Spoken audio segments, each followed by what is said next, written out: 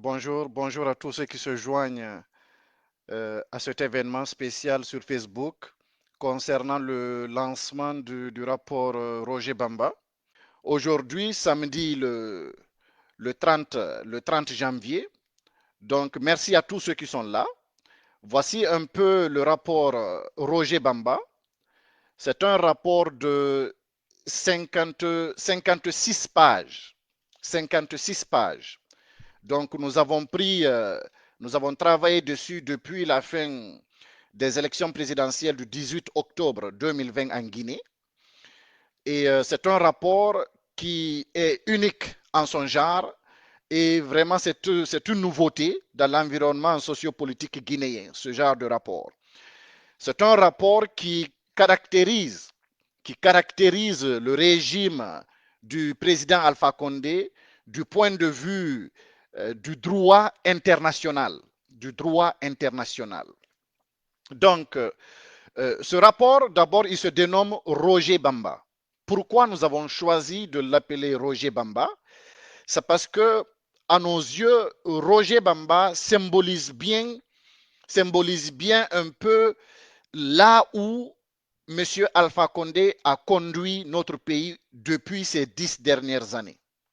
Donc, comme vous le connaissez, Roger Bamba est cet activiste de la société civile qui est très intègre, un homme de conviction qui était opposé à la présidence à vie, naturellement en Guinée, dans le cadre du FNDC. Donc Roger Bamba est aussi un politicien, un homme politique de conviction. Il ne milite pas selon l'appartenance à telle ethnie, il ne milite pas selon la connaissance à telle personne.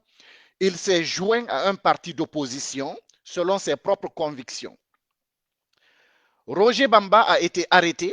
Il a été arrêté, il me semble, le 7 septembre 2020 dans le cadre de ses activités professionnelles. C'est-à-dire, il a été arrêté à l'Assemblée nationale. Il travaillait dans ses activités professionnelles. Il a été conduit par la suite à la maison centrale, cette prison à Conakry, à la maison centrale, où il a séjourné durant 3 mois. 3 mois. Donc, septembre, un peu plus de 3 mois. De septembre jusqu'aux alentours, jusqu'au début du mois de janvier, jusqu'à la fin du mois de décembre, il y séjournait. Il est décédé, il me semble, si ma mémoire est bonne, justement des suites des tortures, de la torture physique et morale et mentale qu'il a subie. Il est décédé à l'hôpital Ignace Dine, au chevet de son lit d'hôpital. Il y avait son épouse. Il est décédé, il a été torturé physiquement et mentalement et il est décédé parce que tout simplement, il croit à ses convictions. Il est opposé à la présidence à vie. Donc voilà où est-ce que M. Alpha Condé nous a conduit depuis sa prise de fonction en 2010 jusque justement aux élections du 18 octobre 2020. Voilà pourquoi nous avons choisi d'appeler ce rapport le rapport Roger Bamba. C'est un hommage à Roger Bamba. C'est aussi un appel à tous les progressistes de notre pays à ne pas reculer. Nous n'avons pas le droit de reculer. Il faut aller de l'avant. Les libertés d'expression, les libertés d'association, les libertés de manifestation sont des acquis de notre population et ce n'est pas le régime de M. Alpha Condé qui va nous ramener en arrière sur ce plan. Donc, encore une fois, un hommage à M. Roger Bamba. J'adresse mes condoléances les plus attristées à sa famille et à l'ensemble de la société civile guinéenne. Donc, mesdames et messieurs, encore une fois, merci de vous joindre à l'événement. C'est une première, la présentation du rapport Roger Bamba. Ce rapport, c'est un rapport de 56 pages. 56 pages. Chacune de ces pages mérite d'être lue par l'ensemble de nos citoyens. Et bien entendu, ce rapport est aussi destiné aux partis politiques d'opposition, au pouvoir en place, notamment la frange réformatrice, s'il y en a encore, du pouvoir en place. Donc, ça, c'est la première chose. Ce rapport est aussi destiné à la communauté internationale. Parce que ce qui est nouveau de plus sur ce rapport, c'est le regard du comportement de ce régime au regard du droit international.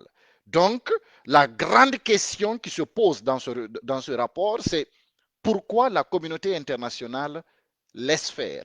Et nous apportons dans ce rapport des réponses à ces questions-là. Le rapport comprend deux parties. Deux parties. Alors, la première partie, c'est justement la qualification de ce régime. C'est-à-dire que nous avons connu un premier régime dans les années depuis l'indépendance jusqu'à 1984. Nous avons connu le régime du général Lansana Conté jusqu'à la fin 2008. Donc, chaque régime a des caractéristiques. Ce régime aussi a des caractéristiques. Donc, dans la première partie du document, ce sont les caractéristiques qui sont propres à ce régime, les faits nouveaux que nous montrons dans ce rapport.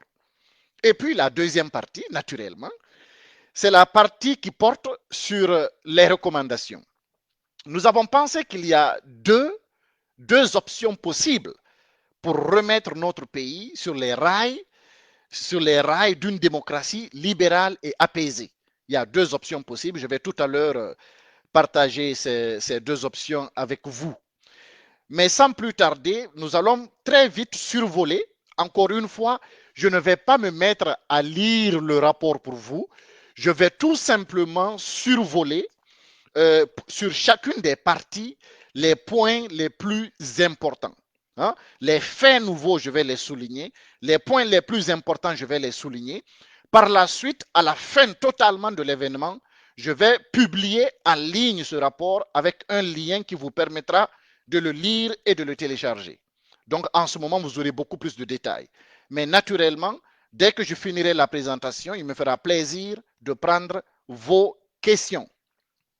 Donc, la première partie du rapport, comme je disais, porte sur la caractérisation du régime du président Alpha Condé. Il faut se rappeler que M. Alpha Condé a pris le pouvoir après des événements très particuliers. C'est suite aux répressions de septembre 2009 dans un stade de Conakry qualifié de crime contre l'humanité. Il ne faut pas l'oublier, c'est extrêmement important ce facteur. Donc, pour une fois dans l'histoire de notre pays, des événements, des violences ont été qualifiés de crimes contre l'humanité par une commission d'enquête indépendante des Nations Unies. Donc, c'est suite à ces événements que M. Alpha Condé a obtenu le pouvoir en 2010, notamment en décembre 2010. Donc, M. Alpha Condé a pris le pouvoir avec la promesse, premièrement, de faire la lumière, de rendre justice sur ces crimes contre l'humanité qui ont été commis en septembre 2009, mais en plus d'instaurer un état de droit, d'en finir avec la violence d'État. Alors, ce que nous allons découvrir dans ce rapport, ce que vous allez découvrir dans ce rapport, c'est que premièrement, contrairement à ce qu'il aime dire, le président Alpha Condé aime souvent dire que lui, il ne marche pas sur des cadavres pour arriver au pouvoir. Dans ce rapport, vous allez découvrir effectivement que suite aux répressions de septembre 2009 et entre le premier et le deuxième tour des élections présidentielles de 2010, il y a eu beaucoup de faits violents. Le premier fait violent, c'est notamment les violences qui sont intervenues à Sigiri entre le premier et le deuxième tour. Alpha Condé cherchait en ce moment à polariser le pays, étant donné que son challenger avait une avance carrément imbattable. Donc, il a cherché à polariser le pays, il a utilisé la fibre ethnique. Mais nous allons revenir plus tard sur ça, avec l'histoire de l'eau empoisonnée. Mais nous allons revenir sur ça. Mais en tout cas, ce que j'aimerais vous dire, c'est que nous observons que entre, je vais dire, le premier et le deuxième tour des élections de 2010, il y a eu au moins 14 morts. Donc, effectivement, Alpha Condé a pris le pouvoir dans la violence en Guinée. Il ne faudrait pas oublier de le rappeler. Alors, la caractéristique de ce régime, c'est-à-dire beaucoup de personnes estiment que quand il y a des morts lors d'événements d'encadrement de manifestations publiques, beaucoup de personnes estiment que c'est des bavures. Ok? Les bavures, ça arrive partout. Ça arrive aux États-Unis, ça arrive en France, ça arrive au Sénégal, ça arrive en Guinée. Donc les bavures ne sont pas exclues. Mais ça, c'est ce qu'on croit dans des régimes d'état de droit. Dans le cas de la Guinée, il est prouvé dans ce document que la violence d'État est légalement, écoutez bien, la violence d'État est légalement soutenue par le régime. Légalement soutenue, la preuve, c'est que dans ce document, vous allez découvrir qu'il y a deux dates importantes. La première date, c'était en 2019, en juillet 2019, juillet 2015, il y a une première loi à l'époque qui a été votée au Parlement en juillet 2015. Donc, une première loi d'encadrement des manifestations a été votée en Guinée. Qu'est-ce que cette loi dit? Cette loi dit que les autorités compétentes ont désormais la possibilité, premièrement, d'interdire des manifestations politiques. Donc, ça, c'est une première violation des libertés fondamentales des citoyens. Interdire des manifestations politiques pacifiques. Ça, c'est une première violation. Il y a une deuxième loi, mais dans cette première loi, le deuxième facteur, c'est que il est dit que les forces de l'ordre ont la possibilité de recourir à la force pour l'encadrement des manifestations politiques. Donc, ça, c'est la première loi qui a été votée en 2015, en juillet 2015. La deuxième loi a été votée en avril 2019 dans une Assemblée nationale qui est boycottée par l'opposition. C'est très important.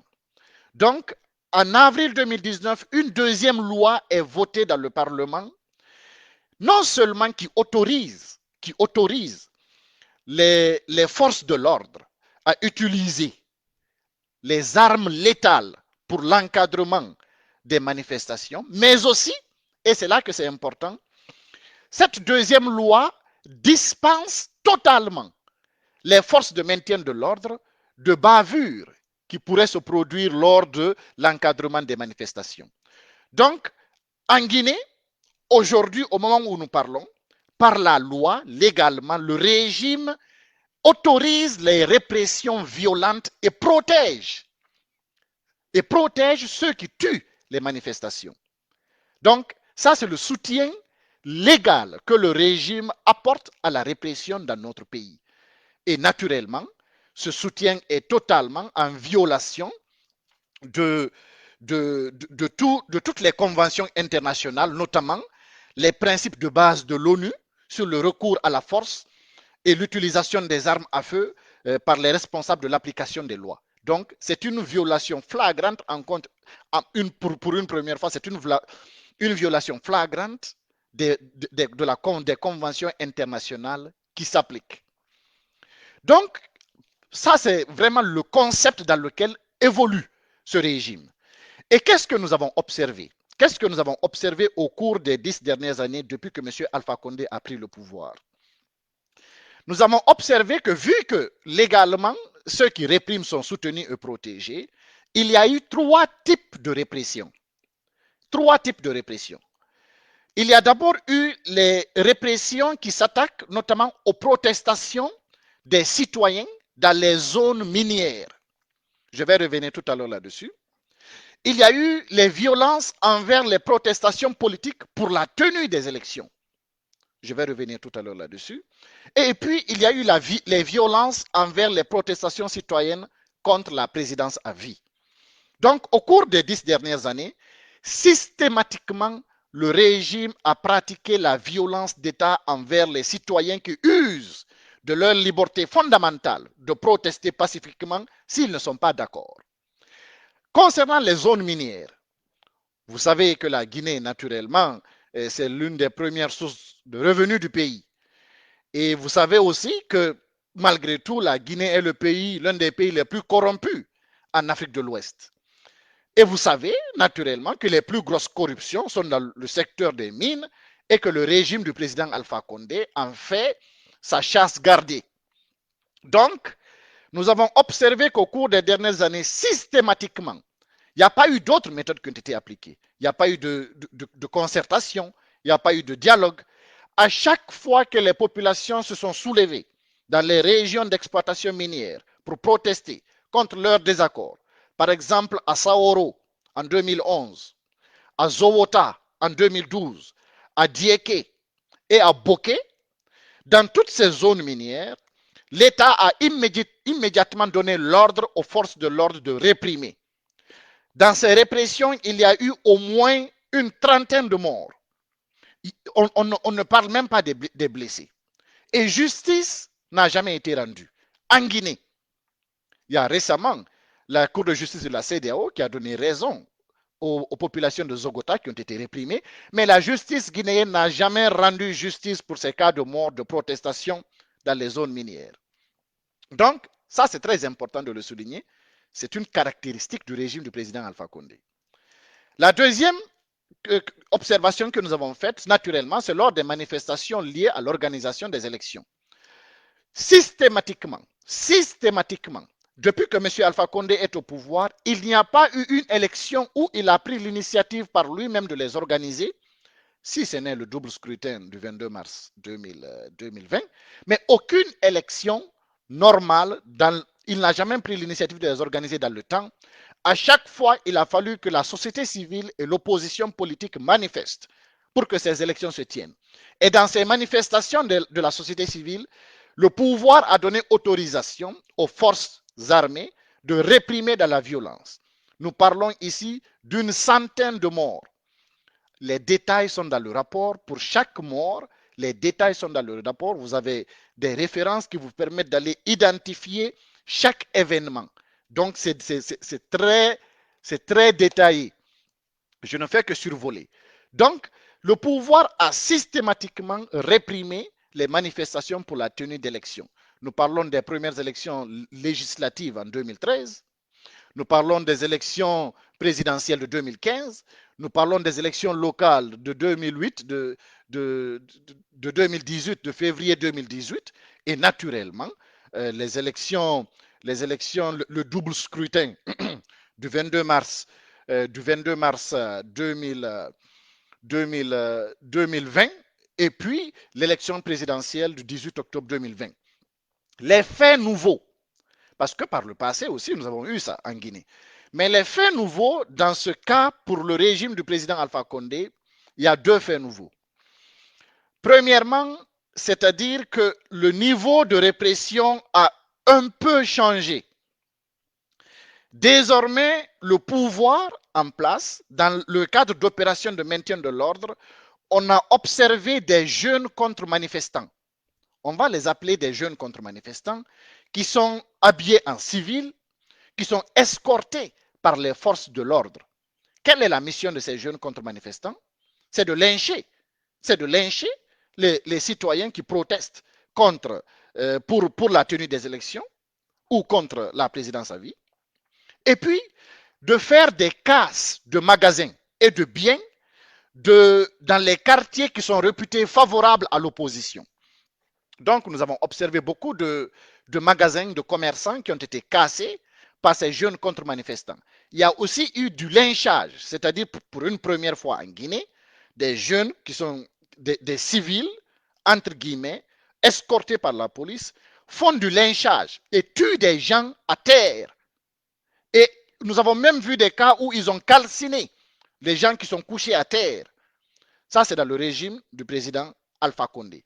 C'est un fait nouveau. Qu'est-ce que ce fait nouveau démontre?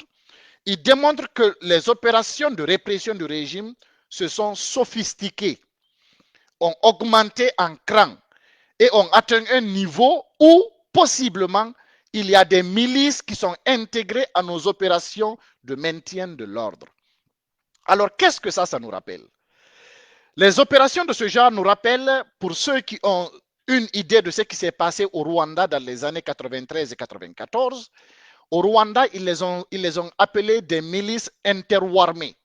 Les milices interwarmées, ce sont des civils au Rwanda, avant le génocide, que le régime à l'époque avait armé avec des machettes. Et ce sont ces milices-là qui ont été responsables pour la plus grande part du génocide au Rwanda. Donc en Guinée, nous avons atteint un niveau de planification du régime où effectivement nous avons ce genre de milices en Guinée qui ont repéré déjà les maisons des gens qui sont favorables à l'opposition. Nous allons voir un peu plus tard précisément de qui on parle en Guinée. Donc, et qui sont prêts à agir sous ordre du régime. Ça, c'est un fait nouveau et nous avons observé cela notamment lors des répressions contre toutes les manifestations politiques, les récentes manifestations politiques, même lors des élections du 18 octobre 2020. Nous avons vu dans les quartiers de Matoto, Sonfonia Matoto, Sonfonia et Yataya, ces milices qui ont été encadrées par les polices pour aller faire du casse et tuer des citoyens. Donc ça, c'est un fait nouveau, très grave. Et ce fait, ces milices, l'entretien de milices dans un pays qui n'est pas en guerre est une violation flagrante de toutes les conventions internationales qui s'appliquent et même de la Constitution de 2010. Parce que dans la Constitution de 2010, il est dit en Guinée qu'il est interdit totalement d'entretenir des milices armées sur le territoire. Naturellement, ce paragraphe a été supprimé dans la Constitution qui a été proposée et imposée par le président Alpha Condé. Troisièmement, au titre des violences d'État, naturellement, c'est la répression contre le FNDC, et contre tous les protestants contre la présidence à vie. Et je pense qu'il y a beaucoup de rapports qui sont sortis là-dessus, qui ont prouvé qu'entre octobre 2019 et février 2020, il y a eu au moins 50 morts en Guinée. La justice ne s'est jamais prononcée. La justice ne s'est jamais prononcée. Donc, nous assistons ici, premièrement, à un régime qui viole totalement toutes les conventions internationales en matière de maintien de l'ordre. Deuxièmement, qui réprime systématiquement toute manifestation politique pacifique dans les zones d'exploitation minière pour l'organisation des élections et contre la présidence à vie. On n'a jamais eu justice sur tous ces cas. Nous parlons d'ici d'au moins 245 morts. Encore une fois, je ne vais pas dans les détails. Je vous invite à la fin de la présentation d'aller télécharger le document. Très facile à lire. Tout est détaillé avec des références. Et les chiffres que j'avance, c'est des chiffres pris à minima. C'est-à-dire que la réalité peut être beaucoup plus importante que ce que je viens d'annoncer.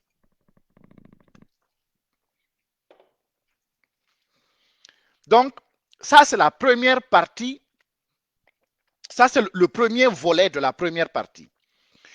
Mais nous voyons que la violence d'État est légalement soutenue et nous voyons les conséquences de la violence d'État.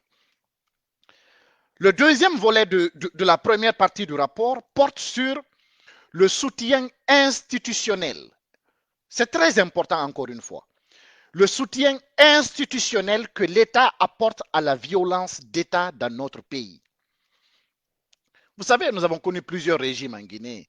Et le premier régime était qualifié effectivement d'un régime extrêmement tyrannique. Donc, nous avons connu plusieurs régimes en Guinée. Alors, le régime du président Alpha Condé aussi est un régime qui utilise l'État, l'infrastructure de l'État pour soutenir la violation des droits humains, pour soutenir les violences à l'encontre de leurs citoyens. Et pour exemple, je vais prendre un exemple très simple. Je prends l'exemple du système carcéral de notre pays.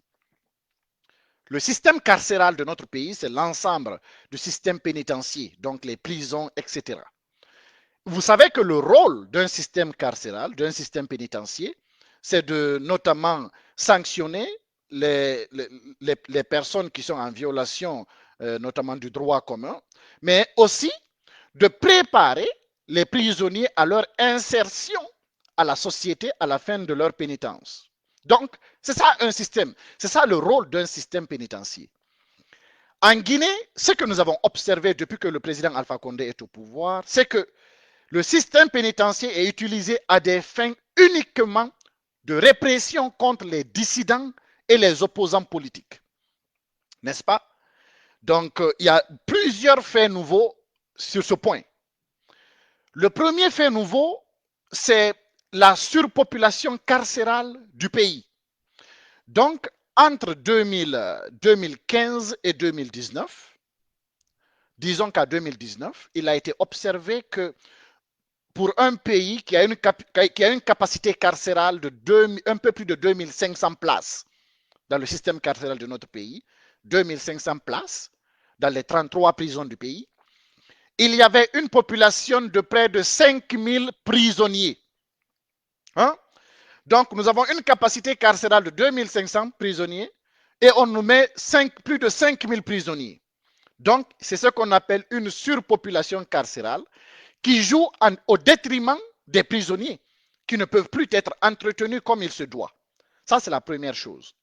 Deuxièmement, entre 2015 et 2019, c'est-à-dire durant le second mandat du président Alpha Condé, entre 2015 et 2019 seulement, il y a eu 109 morts dans les prisons du pays. Entre 2015 et 2009, il y a eu 109 morts dans nos prisons. Et encore une fois, c'est documenté dans le rapport. Je vous invite, dès après la présentation, je vais partager le lien. Vous allez aller voir les détails. Ça, c'est la deuxième chose. La troisième chose, c'est justement la torture qui est appliquée dans nos prisons. Hein? Et nous voyons régulièrement, pour les personnes qui sont connues, donc les politiciens qui sont connus, nous voyons régulièrement des annonces depuis un moment de personnes qui meurent en prison. Mais il ne faut pas oublier qu'il y a aussi des anonymes. Il y a des prisonniers qui sont anonymes, qui ne sont pas très connus, qui ne sont pas très médiatisés. Ces gens-là aussi meurent régulièrement en prison en Guinée. On n'en parle pas.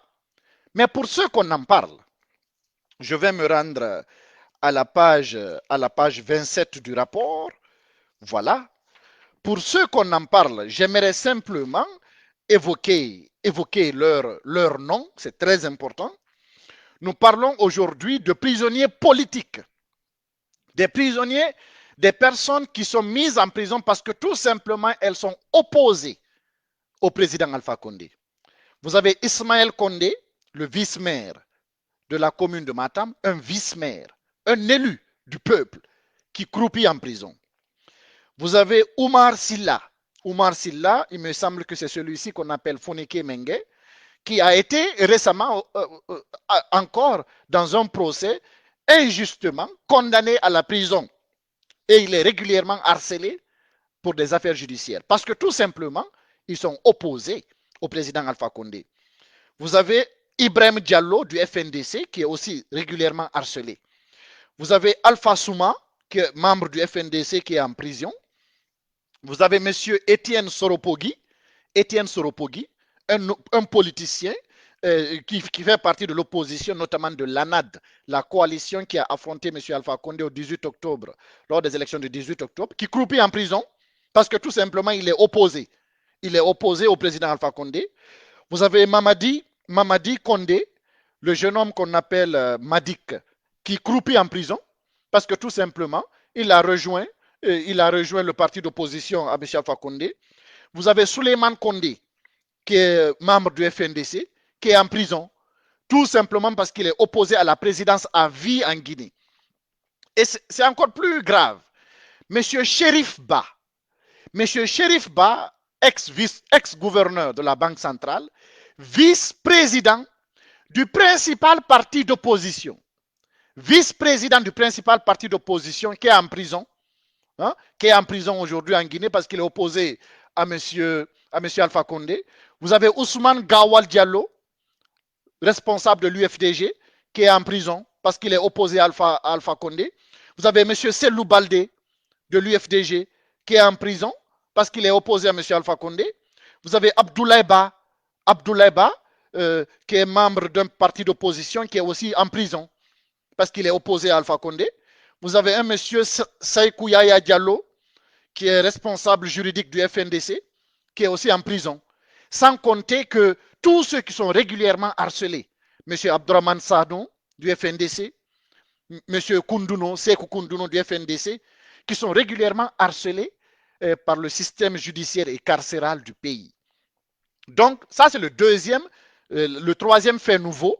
Nous avons tout simplement là un régime qui va prendre ses opposants pour les mettre en prison, les torturer, les tuer. C'est dans ce sens que récemment, nous avons vu le jeune Mamadou Ribari qui est mort en prison de torture. Nous avons vu naturellement Monsieur Roger Bamba, à l'honneur duquel nous avons publié ce rapport, torturé, empoisonné et mort en prison parce qu'il est opposé au président Alpha Condé. Donc, le système carcéral du pays est mis à la disposition du régime comme des centres de détention. C'est extrêmement important. C'est-à-dire que vu que nous, notre génération, nous vivons l'événement, nous n'avons pas suffisamment de recul pour qualifier les choses. Mais il faut avoir la capacité de prendre le recul. Il s'agit de centres de détention. Et il est prouvé, j'ai mis dans le rapport, que le centre de Soronkoni, le camp de Soronkoni, qui est à 600 km de Conakry, est transformé en centre de détention.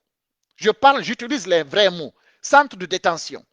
La prison centrale de Conakry est transformée en centre de détention. Donc, nous sommes là en violation totale de toutes les conventions internationales contre la torture et l'enlèvement des gens. La torture et l'enlèvement des gens.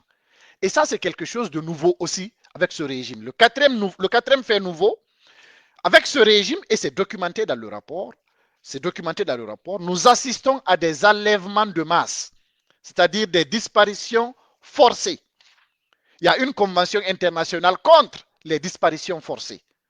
Notamment lorsque le FNDC a lancé ses activités en octobre 2009, le pouvoir a lancé des rafles pour attraper le maximum de jeunes manifestants qui sont opposés à la présidence à vie de M. Alpha Condé.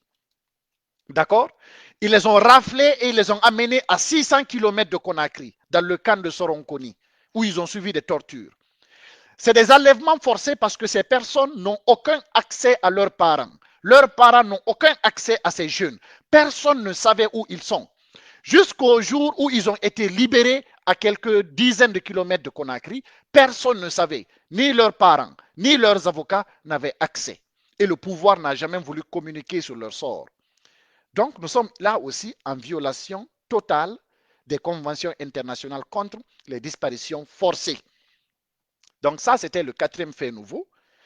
Le cinquième fait nouveau, et ça, quiconque m'aurait dit que j'aurais vu ça de mon vivant en Guinée, je n'allais jamais le croire. Et je sais que vous aussi d'ailleurs.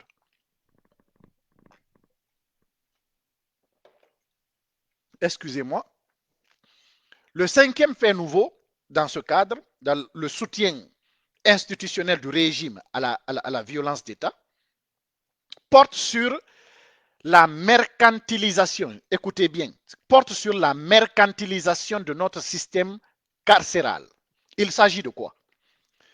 Ponctuellement, le régime, à l'occasion notamment soit d'élections, soit de manifestations politiques, le régime organise des opérations de rafle. J'utilise les bons termes. Des opérations de rafle pour aller attraper un maximum d'opposants, de jeunes manifestants, dans les quartiers qui sont favorables à l'opposition. En Guinée, c'est principalement dans la commune de Ratoma. Donc, on va attraper un maximum de jeunes. On les amène dans les commissariats de police. Certains sont transférés à la prison centrale. Ils sont attrapés sans aucun mandat. Ils sont transférés dans les commissariats.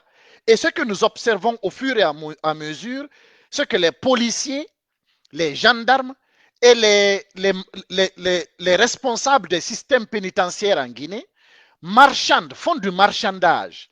Donc, à chaque fois, ils augmentent la rançon que les parents doivent payer pour libérer les enfants. Qu'est-ce que ça s'appelle? Ça s'appelle tout simplement une traite d'êtres humains dans notre pays. Donc, le régime du président Alpha Condé pratique institutionnellement la traite d'êtres humains. Le système carcéral est mis à la disposition du pays afin de permettre aux policiers, aux gendarmes et aux acteurs, aux agents du système pénitentiaire de marchander les êtres humains contre des rançons pour leur libération. Donc, nous sommes ici en violation totale de toutes les conventions internationales contre la traite des êtres humains. Ça se passe sous le régime du président Alpha Condé. C'est un fait nouveau. Il est extrêmement important de parler de cela et d'attirer l'attention de la communauté internationale parce que ce n'est pas normal à l'époque où nous vivons aujourd'hui qu'on assiste à ciel ouvert à ce genre de pratique d'un siècle ou bien d'un millénaire qui est totalement dépassé. Donc, je vous invite encore une fois, tout est documenté dans le rapport. Vous allez aller voir les détails de ce soutien que le régime apporte, notamment à la répression d'État dans notre pays. Donc, pour résumer très vite, nous avons dit que le régime apporte un soutien légal à la répression d'État, à la violence d'État.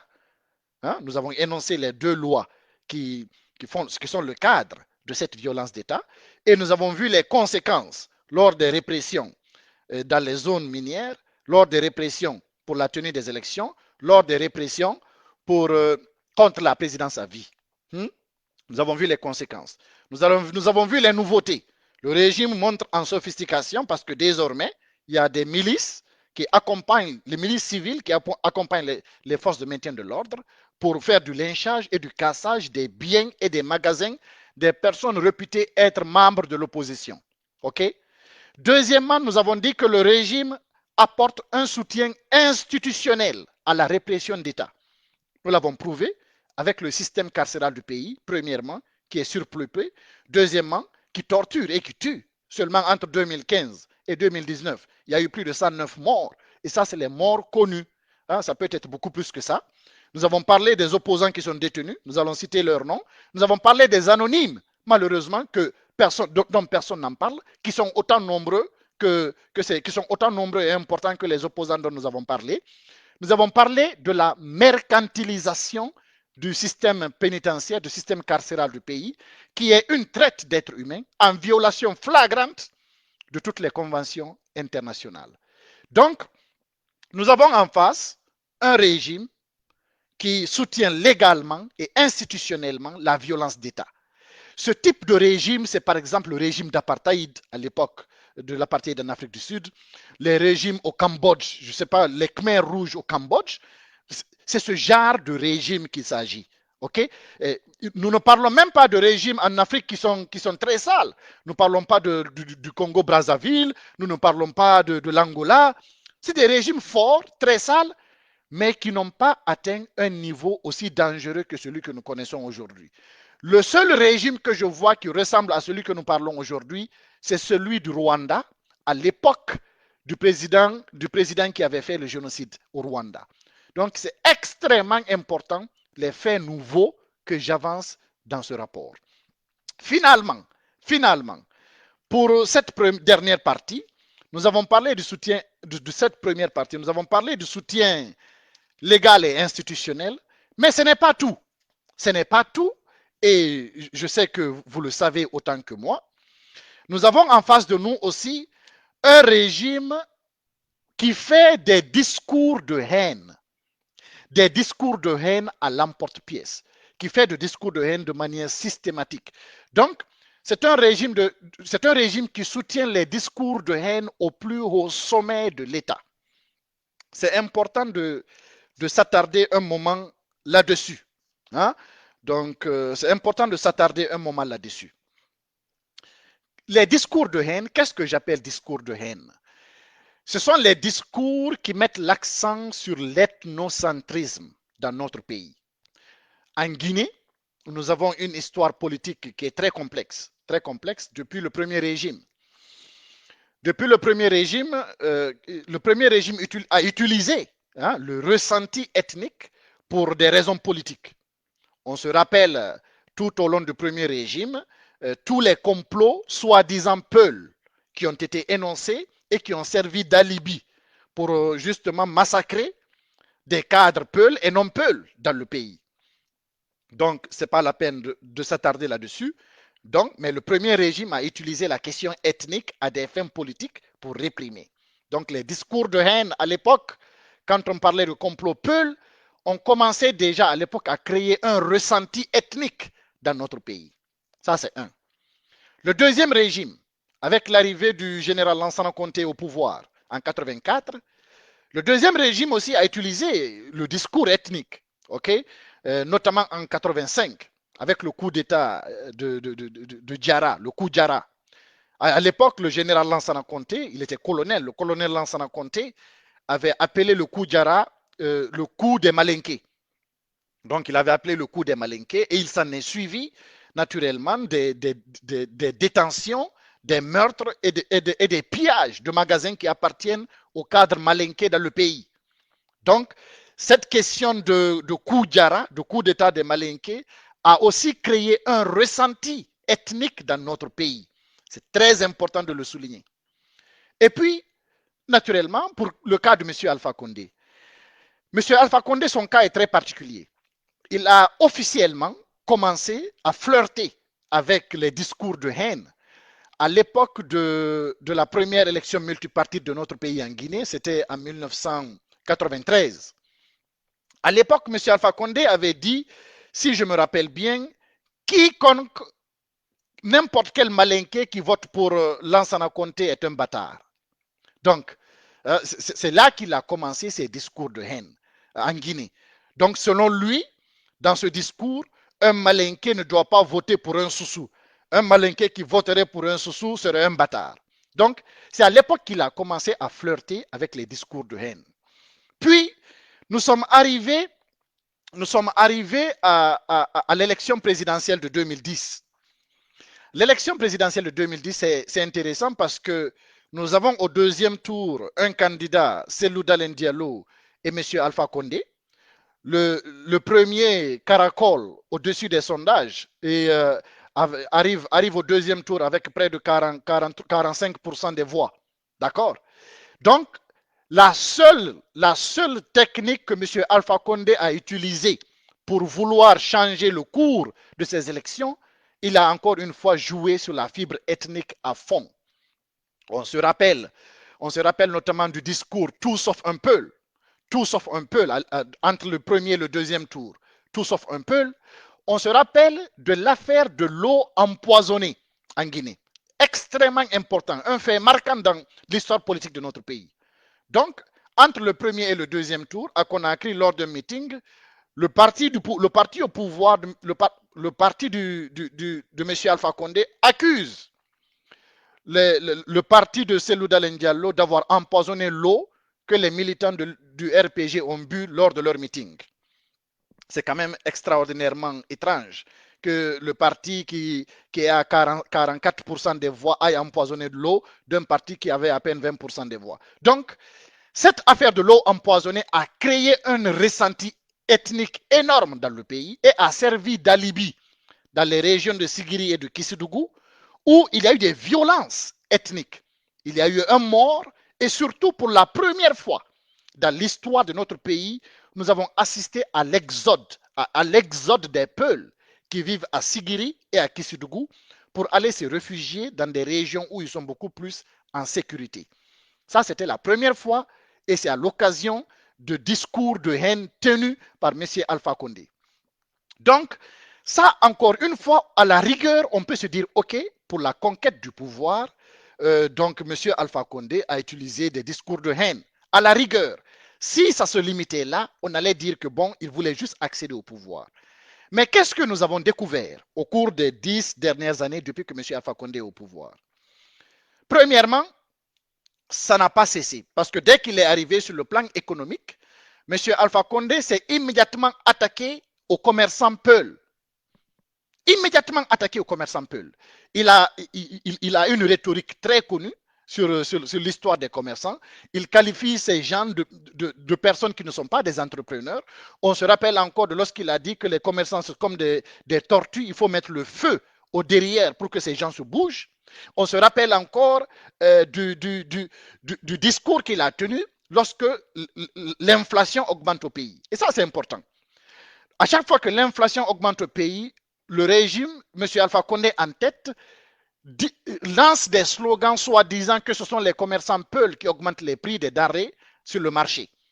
Mais c'est quand même extraordinaire. Vous avez un gouvernement dont l'une des missions, c'est justement de faire en sorte que l'inflation soit maîtrisée.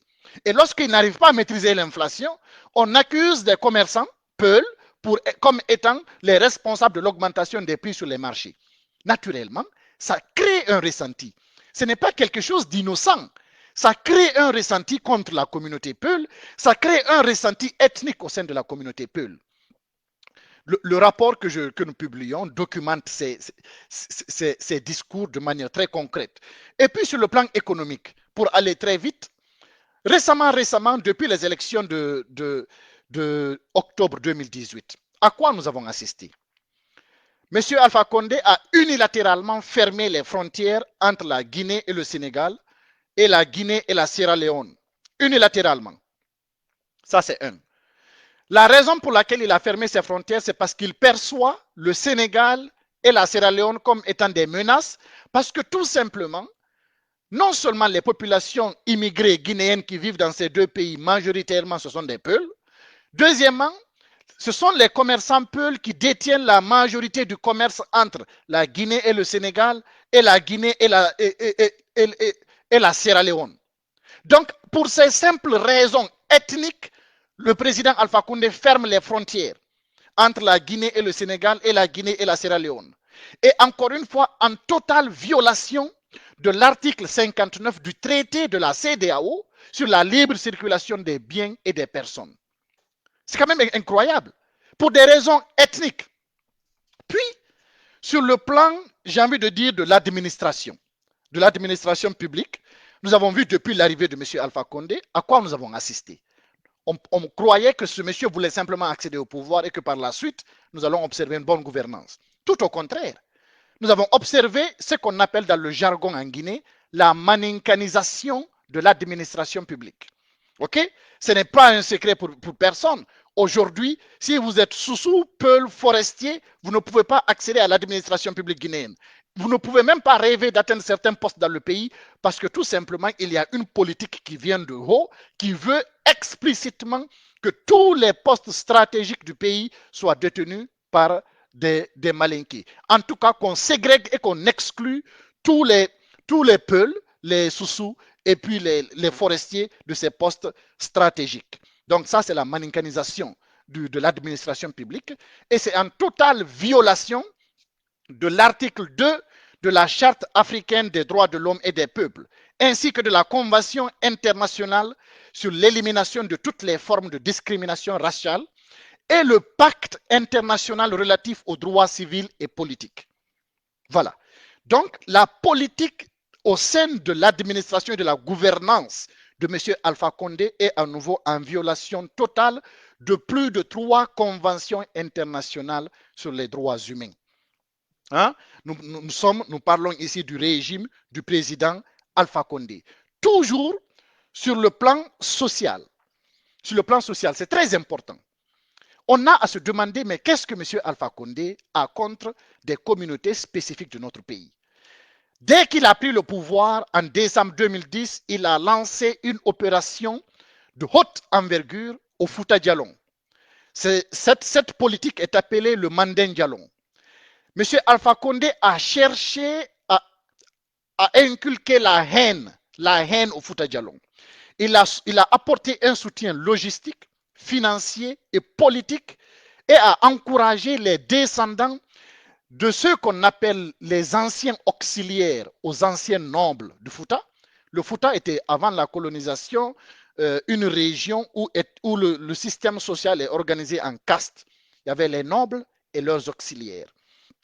Alpha Condé, quand il a pris le pouvoir, il a voulu apporter un soutien aux auxiliaires pour s'opposer et se venger contre les descendants des nobles, des familles nobles qui étaient au Fouta Djallon. Ça s'appelle la politique du Manding Djallon.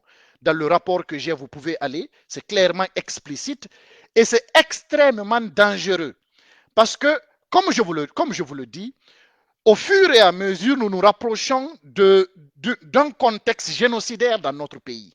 Et si, dans ces régions, à majoritaire, par exemple, Peul, le président arme ses milices et ces gens dont vous parlez, dès qu'il y a un incident, le président ne pourra plus contrôler les violences qui pourront s'en suivre. Et c'est en ce moment que nous pouvons assister à des crimes génocidaires et ce soutien politique explicite. Et cette politique de Manding Diallo est en totale violation du plan d'action de Rabat sur l'interdiction de l'appel à la haine nationale, raciale ou religieuse, ainsi que de la Convention pour la prévention et la répression du crime de génocide.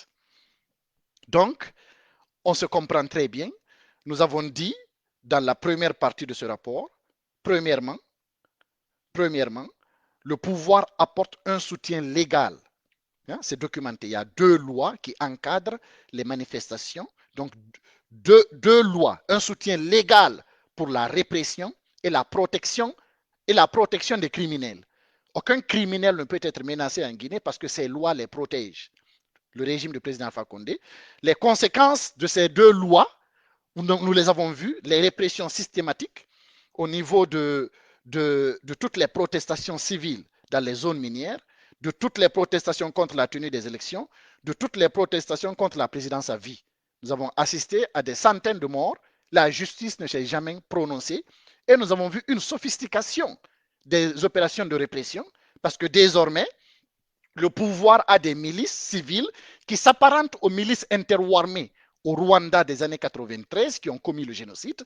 Ces milices ont pour mission de repérer les biens et les magasins des opposants, majoritairement Peuls, et puis de les lyncher et de faire des casses de ces magasins. Ça, c'est le premier. Deuxièmement, nous avons vu que ce régime apporte un soutien institutionnel. Le système carcéral de notre pays est mis à la disposition d'un régime à des fins de répression politique. Nous l'avons démontré ici. Premièrement, la surpopulation carcérale. Un pays qui a une place d'environ 2500 prisonniers, nous en avons plus de 5000 prisonniers en Guinée aujourd'hui. Donc une surpopulation qui joue au détriment du traitement apporté à chaque prisonnier. Ça, c'est un. Deuxièmement, entre 2015 et 2019, il y a eu 109 morts en prison en Guinée. Entre 2015 et 2019 seulement. Je ne parle pas depuis 2010 là. Je dis entre 2015 et 2019, il y a eu 109 morts en Guinée dans les prisons. Ça, c'est ce que nous avons décompté. Il y a les anonymes dont personne ne parle. Et puis, nous avons vu que ce pouvoir, il prend flagramment des opposants politiques pour les mettre en prison. Il y a les anonymes et puis il y a les opposants politiques. Nous avons cité le nom de principaux leaders politiques du principal parti d'opposition qui sont détenus en prison parce que tout simplement ils sont opposés à Alpha Condé. Des membres du FNDC sont en prison parce qu'ils sont opposés à Alpha Condé. Donc, ça se passe dans le pays, dans le régime d'Alpha Condé aujourd'hui. Et puis, nous avons vu, et c'est extrêmement regrettable, la mercantilisation du système pénitentiaire de notre pays. Une traite d'êtres humains se passe aujourd'hui en Guinée. Le régime organise des rafles ponctuelles dans les quartiers favorables à l'opposition, notamment dans le quartier de Ratoma et dans les quartiers de la commune de Ratoma et de Matoto, pour ramasser des opposants, les amener dans les commissariats de police et dans les prisons du pays, et puis marchander leur libération en demandant des rançons de plus en plus élevées à leurs parents. Nous voyons ça aujourd'hui. Et ça, c'est en totale violation de toutes les conventions internationales contre la traite des humains, de toutes les conventions internationales contre la torture. Nous assistons à cela en Guinée. Finalement, et c'est l'un des facteurs les plus marquants de ce régime, c'est le soutien, j'ai envie de dire, les discours de haine au plus haut sommet de l'État. Les discours de haine. Alpha Condé a pris le pouvoir avec des discours de haine. Nous avons vu en 2010, tout sauf un Peul, l'affaire de l'eau empoisonnée. Pour une première fois, nous avons assisté à l'exode des populations Peul de Sigiri et Kissidougou vers des régions du pays où elles sont beaucoup mieux protégées. Deuxièmement, sur le plan économique, dès qu'Alpha Condé a pris le pouvoir, il s'est attaqué aux commerçants Peul. Oui, il faut le dire. Il s'est attaqué aux commerçants Peul et il ne manque pas une occasion de le rappeler. Il a déjà dit que les commerçants Peul sont comme des tortues, il faut mettre le feu aux fesses pour que ces gens se bougent. C'est un discours de haine. Ça crée du ressenti ethnique. Deuxièmement, les noms malinqués sont exclus de l'administration publique et des postes les plus importants dans le pays. Parce que tout simplement, ils sont malinqués, parce que tout simplement, ils sont Peul, Soussou et forestiers, ils sont exclus. Nous avons appelé cela la maninkanisation de l'administration publique. La politique du Mandeng Diallo, inciter la haine entre les anciens auxiliaires, les descendants des anciens auxiliaires et les descendants des anciens nobles de Fouta Djallon. Nous avons parlé de cela. C'est de la haine ethnique. Et toutes ces pratiques sont totalement contraires à toutes les conventions internationales contre les discours de haine et pour la prévention du crime de génocide. Mais concernant les discours de haine, qu'est-ce que nous avons observé au cours des dernières élections présidentielles? Mais même avant cela, j'aimerais souligner, vous allez le voir dans le rapport,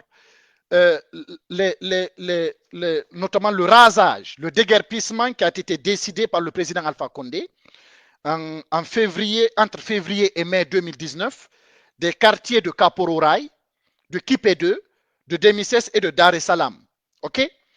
Donc, voilà le régime en 2019 qui décide que la zone de Ratouma, très majoritairement peuplée d'opposants très majoritairement Peuls, il va raser cette zone.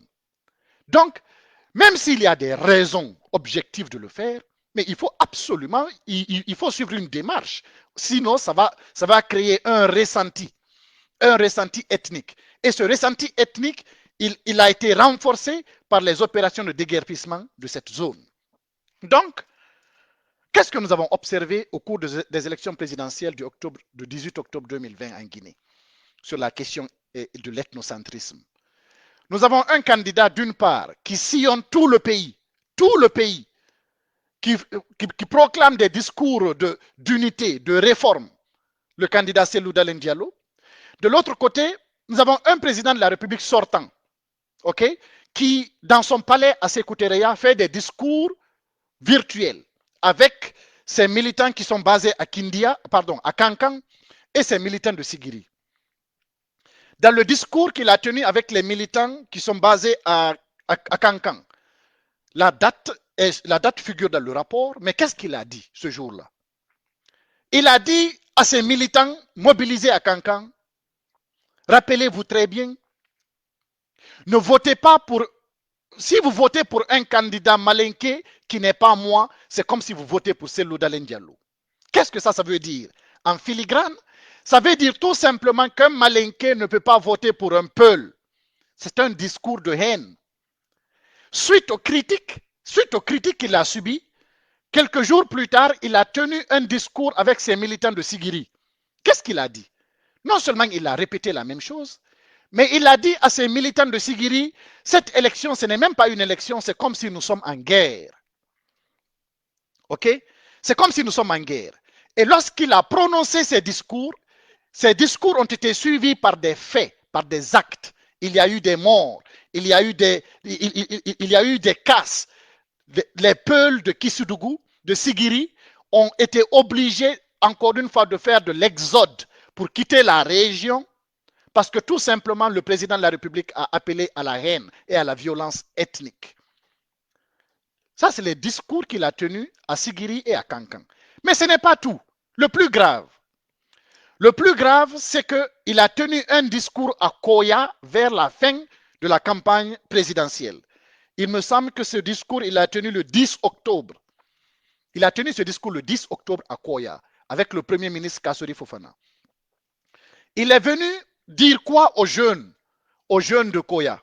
Il les a dit, levez-vous si vous ne voulez pas que vos enfants soient des étrangers chez eux. Donc, levez-vous si vous ne voulez pas que vos enfants soient des étrangers chez eux. N'hésitez pas et ne vous trompez pas de choix le jour du scrutin. Qu'est-ce que le président Fakonde a voulu dire par ici?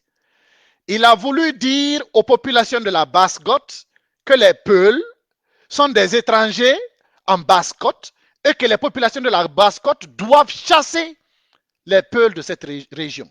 Et il dit que lui, il est capable de le faire.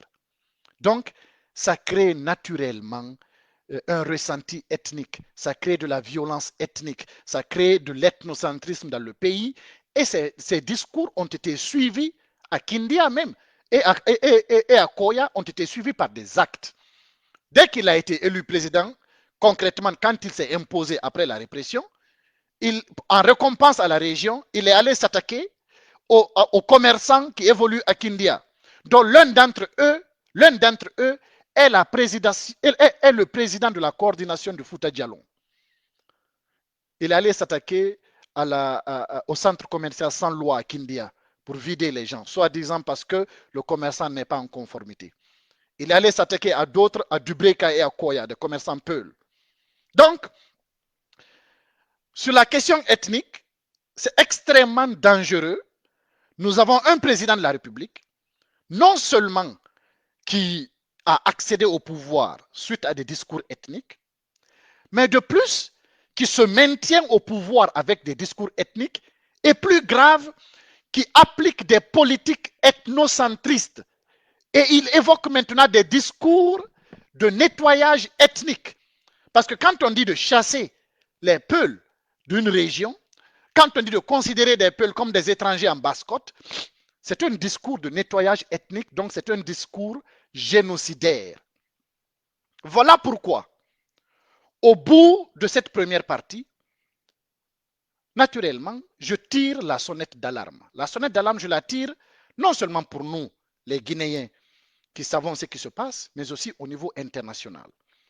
Un régime qui, en violation de toutes les conventions internationales, qui soutient légalement et institutionnellement la violence d'État, un régime en plus qui s'est sophistiqué en opération de répression, un régime qui tient en plus un discours de nettoyage ethnique, c'est un régime génocidaire. Et voilà pourquoi, au regard du droit international, parce que ce régime est en violation de toutes les conventions internationales qui s'appliquent, c'est un pays voyou, donc un régime voyou. Voilà pourquoi on qualifie au regard de ce régime, au regard du droit international, on qualifie ce régime d'un régime ethnocentrique voyou. Et c'est exactement cela. Un régime ethnocentrique, vous savez pourquoi, voyou, vous savez pourquoi, et il est devenu très dangereux pour la Guinée, pour les populations guinéennes et pour toute la sous-région ouest-africaine.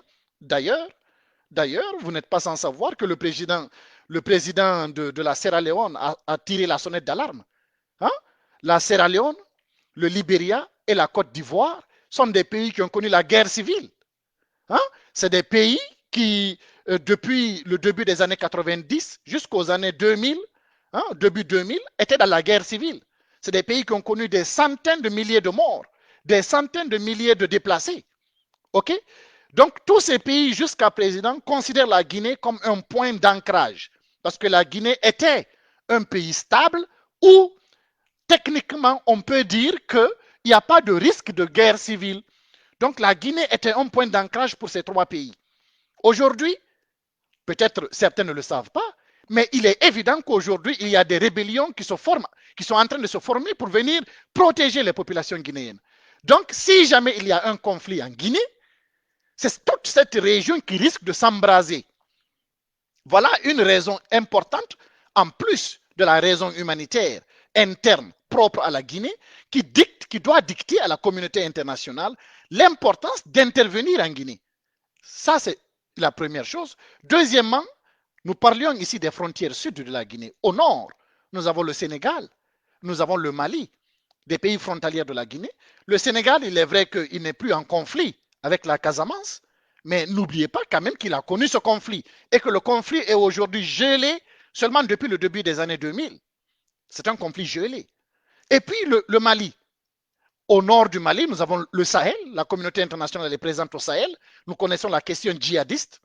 Donc la Guinée ne peut pas se permettre d'être déstabilisée ou bien d'être un pays en conflit ou bien d'être un pays où a lieu des crimes contre l'humanité et des génocides. Voilà encore une fois une raison supplémentaire pour laquelle la communauté internationale doit absolument intervenir en Guinée. Excusez-moi.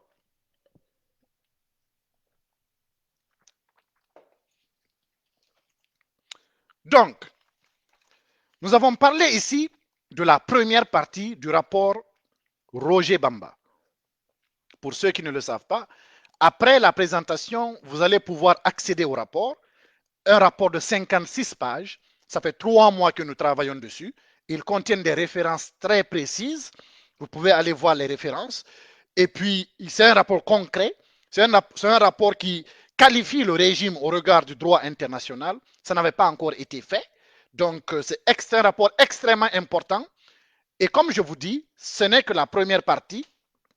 Lorsque ce rapport sera publié, il sera transmis par nos canaux habituels à l'ensemble de la communauté internationale, y compris le Conseil de sécurité de l'ONU, l'Union africaine, l'Union européenne, les États-Unis, le Canada. Nous allons utiliser nos canaux de communication bien connus pour pouvoir faire en sorte que ce rapport ne soit pas lettre morte. Il est unique en son genre et c'est un rapport qui contient des éléments nouveaux qui sont de nature notamment à inviter à l'utilisation du droit d'ingérence pour intervenir en Guinée et arrêter ce régime. Donc, on a dit que le rapport comprend deux parties. Je disais que le rapport comprend deux parties. Nous avons parlé de la première partie du rapport. Nous avons vu la qualification de ce rapport au cours des 10 dernières années, de quoi il s'agit exactement. La deuxième partie du rapport porte sur des solutions. Et c'est ça l'importance de ce rapport.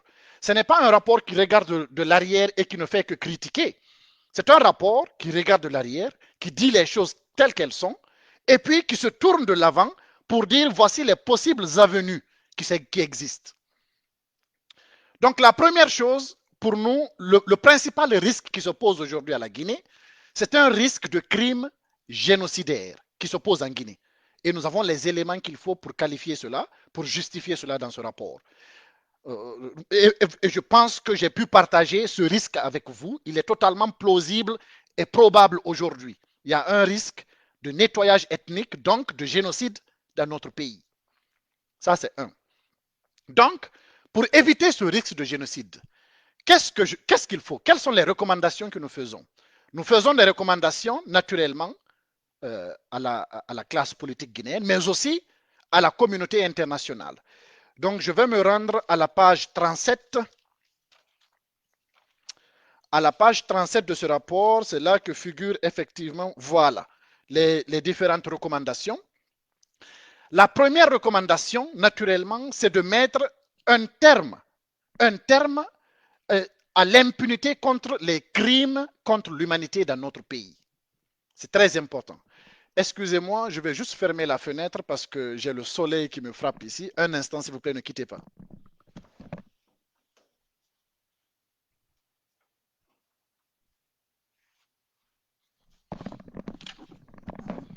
Voilà, merci beaucoup de votre patience. Donc, je disais que le risque qui se pose, le risque que ce régime ethnocentrique vaillou pose à la Guinée aujourd'hui, c'est un risque génocidaire. J'ai expliqué pourquoi c'est un risque génocidaire et je pense que vous partagez cet avis avec moi. Vous allez voir dans le détail comment cela est expliqué dans le rapport. À la sous-région ouest africaine, c'est un risque d'instabilité et de menace de tous les acquis qui ont été obtenus par la communauté internationale en Côte d'Ivoire, en Sierra Leone et au Libéria, ainsi qu'au Mali et au Sénégal. Il y a un risque à ce niveau également. Il y a même un risque additionnel parce que la Guinée-Bissau n'est plus à l'abri aujourd'hui d'incursion et de déstabilisation de la part du régime de M. Alpha Condé. Nous avons vu les rapports qui existent entre le président de la Guinée-Bissau et le président de la Guinée-Conakry aujourd'hui. Donc, tout fait croire que Alpha Condé utilise des pratiques qui ne sont pas diplomatiquement normales pour déstabiliser le régime de la Guinée-Bissau, qui, on le sait, est un État anciennement narcotique et qui est capable de le redevenir. Donc, la communauté internationale a, j'ai envie de dire, un intérêt à maintenir la Guinée comme étant un pays stable, mais aussi un pays avec une démocratie fonctionnelle, un pays où il n'y a pas de violence d'État. Ma première recommandation consiste à mettre un terme à l'impunité, tout court. L'impunité contre les crimes contre l'humanité et l'impunité contre tous les crimes qui se font dans le pays. Pour ce faire, vous allez voir dans le rapport, notamment, il y a des recommandations qui consistent notamment envers la communauté internationale, l'Organisation des Nations Unies et la Cour pénale internationale. Ces recommandations consistent en quoi? Donc, d'abord, mettre un terme à l'impunité dans le pays consiste à immédiatement donner un délai de 6 mois. 6 mois au régime du président Alpha Condé pour juger les crimes contre l'humanité de septembre 2009 en Guinée. Je vais prendre un exemple très concret. C'est-à-dire, je vais prendre l'exemple du Kenya. Okay? Le Kenya, en 2007-2008, le Kenya a organisé des élections et il y a eu des violences politiques. Des violences politiques qui, par la suite, ont entraîné plusieurs milliers de morts et des centaines de milliers de déplacés. La communauté internationale s'est saisie du cas du Kenya. Ils ont dépêché une commission d'enquête et puis il s'est avéré que les enquêtes qui ont été faites qualifient ces crimes de crimes contre l'humanité. D'accord? La communauté internationale a donné une année au Kenya pour juger ces crimes contre l'humanité. À défaut de remplir ses engagements, la communauté internationale, la Cour pénale internationale allait s'autosaisir pour venir juger ces cas au Kenya. Une année plus tard, vu que le régime au Kenya n'avait pas pu honorer ses engagements, la Cour pénale internationale s'est autosaisie. On a envoyé le procureur Ocampo, Monsieur Ocampo, on l'a amené au Kenya. Il a interrogé les personnes qu'il fallait, il a inculpé les gens, on les a entendus à la Cour pénale internationale. OK? Parce que ce sont des crimes contre l'humanité et les crimes contre l'humanité peuvent être jugés, les juridictions nationales, mais aussi au regard du droit international. Les institutions internationales comme la Cour pénale internationale sont compétentes pour juger ces crimes. Et ce sont des crimes qui ne sont pas prescriptibles. Ils peuvent à tout moment être jugés. Et personne ne peut être à l'abri des sentences de la Cour pénale internationale, y compris les présidents de la République. Nous avons des exemples. Donc, en Guinée, en septembre 2009, dans un stade de Conakry, il y a des crimes contre l'humanité qui ont été commis. C'est une commission d'enquête indépendante de l'ONU qui l'a affirmé. Septembre 2009, ça fait plus de 11 ans, pour ne pas dire 12 ans. Ça fait plus de 11 ans que le régime du président Alpha Condé est incapable de juger ces crimes. Vous et moi, nous savons pourquoi. Parce que c'est un régime lui-même qui commet des crimes contre l'humanité. Et dans ce rapport, vous allez voir, nous prouvons que effectivement, ce qui se passe en Guinée a dépassé le stade de crime contre l'humanité. Nous ne sommes pas encore dans le stade du génocide. C'est là que nous nous en allons, mais nous avons totalement dépassé le stade de crime contre l'humanité. Donc, en Guinée, des crimes contre l'humanité ont été commis il y a plus de 10 ans. Le régime du président Alpha Condé est incapable de le juger. Qui d'autre est compétent sur le plan international pour juger des crimes contre l'humanité? C'est la Cour pénale internationale. Donc, nous disons à la Cour pénale internationale, à l'Organisation des Nations Unies et à la communauté internationale de donner un délai de 6 mois au président Alpha Condé pour juger les crimes contre l'humanité de septembre 2009. Ça, c'est la première recommandation pour mettre fin à l'impunité dans notre pays. Lorsque ces crimes seront jugés, les gros bonnets qui ont commandité ces crimes seront jugés, ça va contribuer à lutter contre l'impunité dans le pays selon une cascade de conséquences. Donc, ça, c'est déjà le premier pas. Ils ne peuvent pas être impunis, ces crimes. Les criminels sont connus, certains sont arrêtés, certains sont prêts pour comparaître. C'est seulement le président Alpha Condé qui refuse de juger ces crimes. Il faut qu'il se tienne et il faut que le monde se mobilise pour qu'il se tienne. Ça, c'est la première recommandation. Donc, tant que ces crimes ne sont pas tenus, nos propositions consistent, au niveau de la communauté internationale, à imposer des restrictions de voyage et des gels des avoirs envers les responsables de l'appareil sécuritaire en Guinée. Comprenez? Donc, premièrement, la communauté internationale, on impose la tenue au bout de 6 mois du procès des crimes contre l'humanité de septembre 2009. Tant que ce procès ne se tienne pas, on impose des sanctions.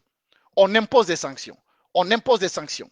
Et je vous recommande, lorsque on aura fini, vous allez voir les recommandations qui sont conditionnelles sur ce plan. Donc, pour totalement arracher le germe d'un potentiel conflit génocidaire dans notre pays, il faut absolument qu'on lutte contre l'impunité. Et pour lutter contre l'impunité, il faut commencer par les crimes contre l'humanité. Ces crimes contre l'humanité, vu qu'au bout ça fait plus de 10 ans, Alpha Condé n'a pas été capable de les juger, la communauté internationale est devant ses responsabilités pour prendre en charge ce dossier, pour le juger, et ça va contribuer à mettre fin à l'impunité dans notre pays. Si Conakry n'est pas capable de le faire, on impose des sanctions. Ça, c'est la première chose. La deuxième chose pour totalement éliminer le risque génocidaire dans notre pays, c'est très simple. Il suffit tout simplement d'instaurer un nouveau régime qui est compatible avec la diversité ethnique et qui repose sur des institutions fortes.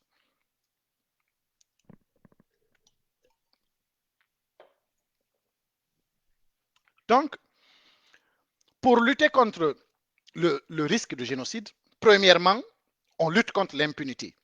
Et pour lutter contre l'impunité, les crimes contre l'impunité qui ont été commis en septembre 2009 doivent absolument être jugés. Si Conakry n'est plus capable de le faire au bout de 6 mois, la Cour pénale internationale, comme ce fut le cas pour le Kenya, doit s'autosaisir pour juger ces crimes. Ça va contribuer à lutter contre l'impunité dans notre pays. Deuxièmement, pour écarter totalement le risque de crimes génocidaires, il faut doter notre pays, tout simplement, d'un régime démocratique libéral qui est compatible avec la diversité ethnique dans notre pays et qui repose sur des institutions fortes. Alors, dans des précédentes publications et présentations, j'ai déjà présenté à quoi ressemble ce régime qui est compatible avec la diversité ethnique de notre pays. Donc, je ne vais pas m'attarder sur ce volet. Je vais simplement vous inviter encore une fois à aller chercher, aussitôt qu'on va finir, je vais publier le rapport. Allez chercher ce rapport, lisez-le. Vous allez comprendre de quoi je parle sur ce volet. Mais il y a deux options qui peuvent permettre de migrer vers une démocratie qui est compatible avec la diversité ethnique dans notre pays. La première option porte sur les réformes volontaires. Nous avons connu, le monde a connu des régimes extrêmement tyranniques, même surtout en Afrique d'ailleurs, des régimes dont personne n'aurait pu imaginer un jour qu'ils auraient pu se réformer. D'accord? Donc, pour faire migrer le régime actuel de sa situation actuelle de régime ethnocentrique voyou vers un régime démocratique qui est compatible avec la diversité ethnique, il y a deux options. La première option, c'est les réformes volontaires, c'est-à-dire, au sein du régime actuel, il y a peut-être qu'il existe des cadres qui sont pas à l'aise avec la situation actuelle, qui savent qu'ils n'ont aucun avenir dans la situation actuelle et qui sont prêts à entreprendre des réformes du régime pour pouvoir l'ouvrir et l'adapter à la réalité. D'accord? Sur le plan démocratique. Donc, je fais des propositions allant dans ce sens et la première recommandation dans ce sens, c'est notamment tout de suite la démission de l'Assemblée nationale. Donc, il faut tout de suite, si le régime est un régime réformateur, s'il y a des réformateurs dans le régime qui veulent faire avancer le régime sur le volet des réformes, il faut commencer par tout de suite dissoudre l'Assemblée nationale. Pourquoi dissoudre l'Assemblée nationale? Parce que le régime se retrouve dans une situation de déni total de démocratie. D'accord? On a une commission électorale qui n'est pas reconnue, une cour constitutionnelle qui n'est pas reconnue, une assemblée nationale qui est élue sans opposant, un président de la République qui est élu mais qui est pratiquement pas reconnu. Donc, nous sommes dans un régime qui est en total déni de démocratie et de légitimité. Pour insuffler de la légitimité, ce n'est pas un gouvernement d'union nationale. Ce n'est pas le cadre, le fameux cadre machin qu'Alpha Condé vient de créer, cadre de concertation, je ne sais plus quoi. Ce n'est pas ça qui va insuffler de la légitimité au régime. Il faut dissoudre cette Assemblée nationale. D'ailleurs, nous nous retrouvons avec des situations quand même incroyables. C'est en Guinée seulement qu'on peut voir Mamadou Sylla, chef de file de l'opposition. Un monsieur qui n'a même pas participé aux élections présidentielles. Un monsieur qui n'est même pas présent, j'ai envie de dire, à Fria et à Kamsar. Donc ce monsieur est aujourd'hui chef de file de l'opposition en Guinée. Donc j'ai envie de dire, s'il y a une volonté de réforme, il faut dissoudre l'Assemblée nationale et puis organiser de nouvelles élections pour pouvoir ramener la partie de l'échiquier politique qui est vraiment véritablement opposée, qui représente le peuple, que sa partie revienne et reprenne place au sein de l'Assemblée nationale. Il y a des cadres du RPG qui avaient soulevé cette idée. Il y a des cadres du RPG qui avaient soulevé cette idée. Mais tout de suite, ils ont été ramenés à l'ordre par ceux qui profitent de la crise, par ceux qui pensent que quand la Guinée est comme ça, eux, ils sont bien. Donc, tout de suite, comme je vous dis, si Alpha Condé n'est pas capable de dissoudre l'Assemblée nationale, ça voudra tout simplement dire que cette première option, il faut la mettre de côté pour focuser, pour mettre l'accent sur la deuxième option. Je vais revenir tout de suite sur la deuxième option. Mais sur cette première option, à supposer que M. Alpha Condé et les réformateurs, les cadres réformateurs du régime décident finalement de rejoindre vraiment, de rejoindre le cadre, le concert des nations civilisées. En ce moment-là, une fois qu'on a dissous l'Assemblée nationale, il ne suffit pas tout de suite d'organiser des élections. Ça ne marchera pas. Parce que de toute façon, nous savons à quoi ressemblent les élections en Guinée. Il faut dissoudre l'Assemblée nationale et créer une assemblée constituante, à l'image des concertations nationales de mars 2006 en Guinée. Pour les plus jeunes parmi nous qui ne le savent pas, en mars 2006 en Guinée, lorsque le président Lansana Conté était gravement malade et évacué hors du pays pour des soins médicaux, la société civile guinéenne, c'est la principale référence de la société civile guinéenne que j'ai en tête. La société civile guinéenne, avec l'ensemble des partis politiques et syndicats, on s'est réunis au palais du peuple. On s'est dit, bon, la Guinée est face à une situation de vacance de pouvoir.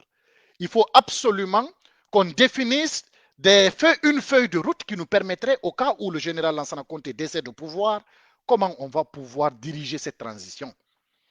Naturellement, dans la situation dont je parle, dans le contexte, la première option, on ne parle pas de transition, on parle de réforme volontaire. Donc, dissoudre l'Assemblée nationale, créer une assemblée constituante fidèle et sincère, et puis entamer des réformes constitutionnelles et institutionnelles dans le cadre de cette assemblée constituante. Je vous invite très fortement par la suite à aller voir dans le rapport les détails que je propose dans ce sens-là. Donc, entamer des réformes dans ce sens-là, créer une nouvelle commission électorale nationale indépendante, totalement apolitique, qui est nommée par l'Assemblée constituante. C'est cette nouvelle commission qui va organiser, au bout de 6 mois de travaux seulement, les élections législatives. Les élections législatives dans le cadre de ce nouveau corpus institutionnel du pays. Et la première conséquence de ces élections législatives sera la formation d'un nouveau gouvernement qui reflètera la composition du Parlement. Donc, je ne vais pas dans les détails.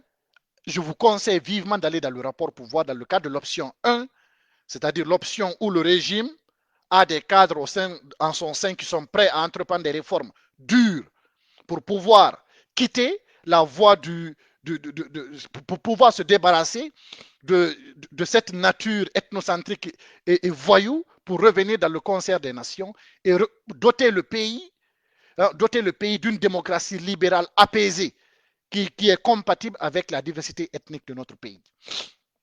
Donc ça, c'est la première option. Si au bout de quelques semaines ou au bout de quelques mois, le président Alpha Condé n'est pas capable de prendre la décision de dissoudre le Parlement et de nommer une assemblée constituante, on écarte cette première option, on met l'accent sur la deuxième option qui est naturellement l'option d'une transition politique dans notre pays. De toute façon, quelle que soit la manière dont cette transition arrivera, si le régime n'est pas prêt à vraiment entreprendre de véritables réformes, en ce moment-là, nous appelons tous les acteurs de la société civile en Guinée, y compris les acteurs politiques, les syndicats, les mouvements du FNDC et ceux de l'étranger qui militent, qui sont des progressistes, nous les appelons à se concerter ensemble pour pouvoir définir les actions qu'il faut entrevoir afin de précipiter l'avènement d'une transition politique en Guinée. Et dans le rapport, naturellement, je fais des propositions allant dans ce sens-là.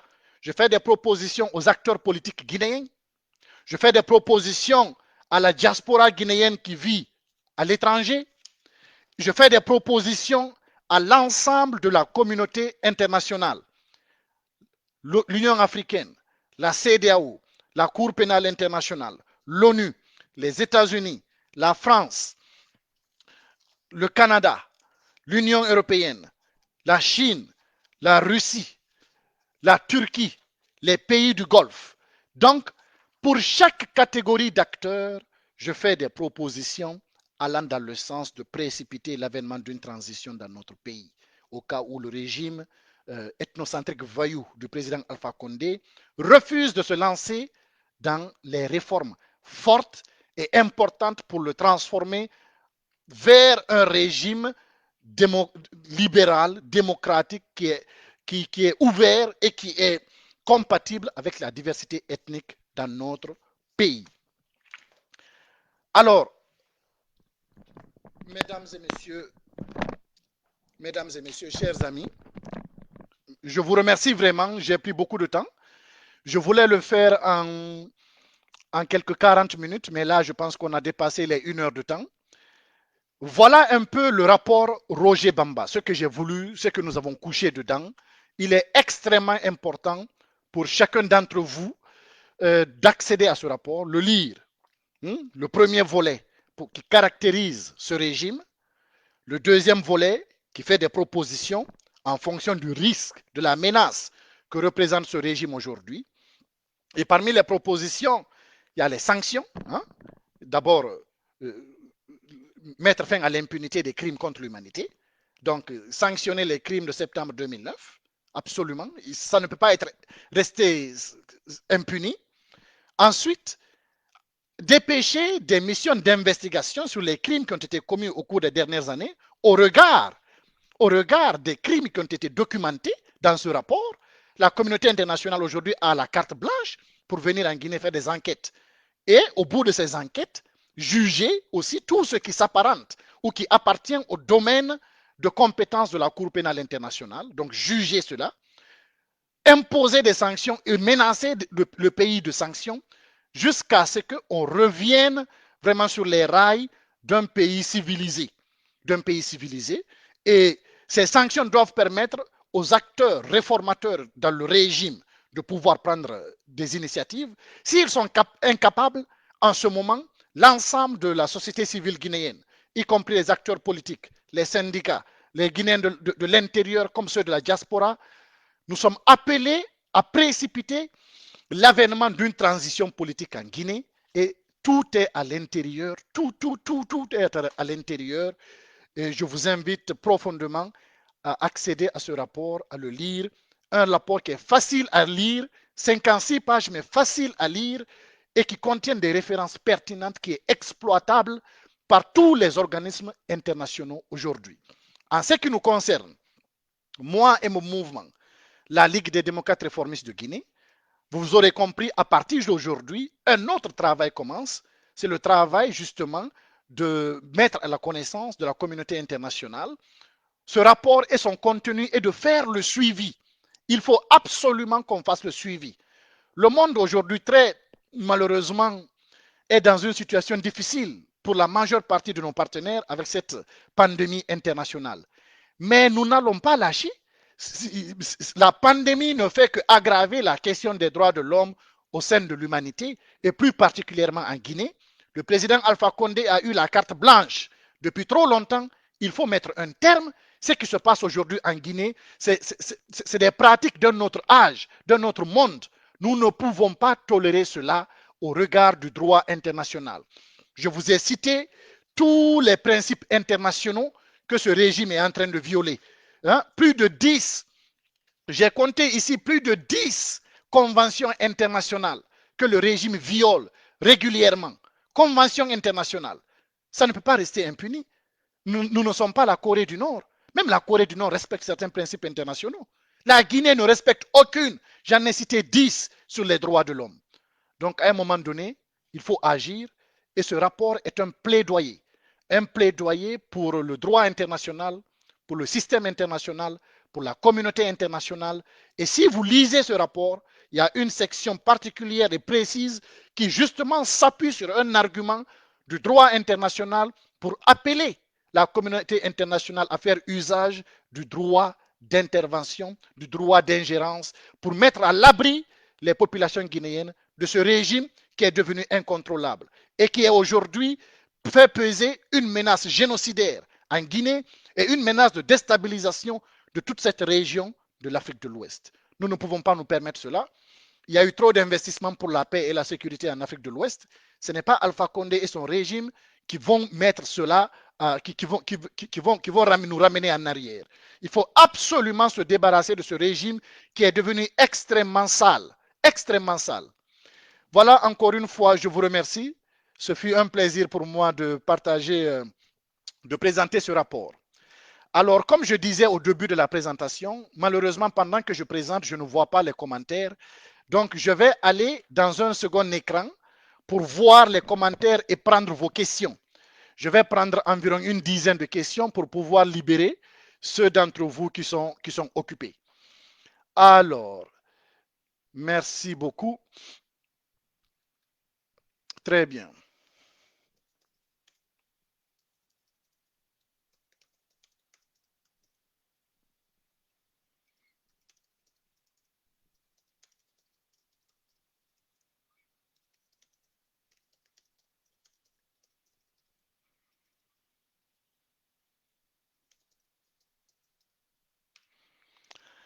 Voilà, donc je peux maintenant prendre vos questions. N'hésitez pas, si vous avez des questions à les poser, il me fera plaisir de répondre. Je vous remercie vraiment, toutes celles et tous ceux qui ont pris part à cette présentation.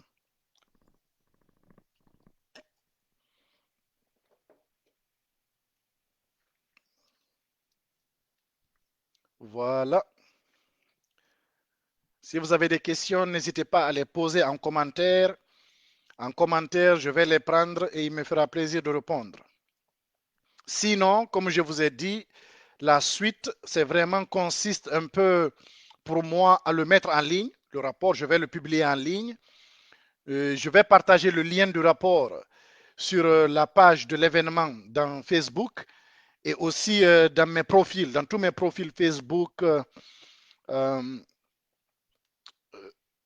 Instagram et puis Twitter, afin de permettre à un maximum de nos compatriotes de pouvoir accéder à ce rapport. Il faut le lire. C'est un rapport qui contient des éléments nouveaux, très importants, qui décrivent bien la nature et les intentions du régime ethnocentrique voyou du président Alpha Condé. Voilà, je vous remercie beaucoup encore une fois. Merci beaucoup de votre participation. Alors, je vois une première question. Une première question de M. Ismaël Ibrahim Bailo Diallo. Donc, je vais lire à haute voix la question afin que tout le monde l'entende. Pensez-vous que ce rapport va pousser la communauté internationale à s'intéresser à la crise guinéenne? Monsieur Bailo Diallo, merci pour cette question. Donc, oui, en effet, pourquoi je pense que ce rapport va pousser la communauté internationale à bouger? C'est parce que, premièrement, il contient des éléments nouveaux qui prouvent les germes d'une crise génocidaire dans notre pays. Deuxièmement, oui, parce que je ne vais pas m'asseoir. Ceux qui me connaissent le savent déjà. J'ai déjà des canaux de communication bien établis avec plusieurs organismes internationaux. Je vais utiliser ces canaux et je vais aller beaucoup plus loin cette fois-ci. Je ferai en sorte de coordonner autant que possible mes actions avec d'autres organismes de la communauté guinéenne, même si vous savez, ce n'est pas toujours évident. Mais oui, je prendrai l'initiative et je m'engage absolument à ce qu'il y ait des résultats. Il y aura des résultats. Je lance un appel à tous les acteurs progressistes de notre pays à accéder à ce rapport. Je vais le faire parvenir à tous ceux que j'estime être progressistes. Lisez ce rapport, il y a des choses qu'on peut faire ensemble. Ce n'est pas le moment de se demander si vous pouvez faire mieux ou moins que l'autre a fait. Il faut qu'on travaille ensemble. Nous avons le même objectif et nous allons réussir. Donc voilà, Monsieur Bailo, ce que je pense, ma réponse à votre question. Merci encore pour cette question. Je suis prêt à prendre d'autres questions. Si vous avez des questions, n'hésitez pas. Merci beaucoup, Monsieur Bamamadou. Merci beaucoup. Je suis à votre écoute. Si vous avez des questions, je suis prêt à prendre vos questions. C'est un plaisir. Merci infiniment. Merci infiniment à vous qui avez pris part. Le rapport Roger Bamba, c'est unique. C'est unique en son genre dans l'environnement sociopolitique guinéen. Nous avons beaucoup l'habitude de voir les rapports de Human Rights Watch et de Amnesty International. D'ailleurs, Dans le rapport Roger Bamba, j'utilise beaucoup de références de Human Rights Watch et de Amnesty International, mais il s'agit de mettre tous ces éléments ensemble pour voir la grosse image que ça donne. C'est ça le rapport Roger Bamba. Ça montre exactement ce qu'est le régime du président Alpha Condé. C'est un régime qui n'a pas sa place dans le monde civilisé d'aujourd'hui.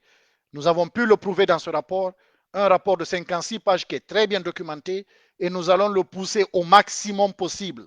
Nous allons utiliser tous les canaux de communication qui existent pour le pousser au maximum possible afin de réclamer la fin de l'impunité des crimes contre l'humanité en Guinée, à commencer des crimes de septembre 2009, puis des commissions d'enquête internationales sur les crimes commis par le président Alpha Condé et son régime au cours des 10 dernières années, et puis, naturellement, la nécessité pour le régime de revenir, de cesser la violation de toutes les conventions internationales en matière de droits humains et de commerce qui s'appliquent. Donc, ça, c'est le credo de la Ligue des démocrates réformistes de Guinée. Alors, je vois une deuxième question.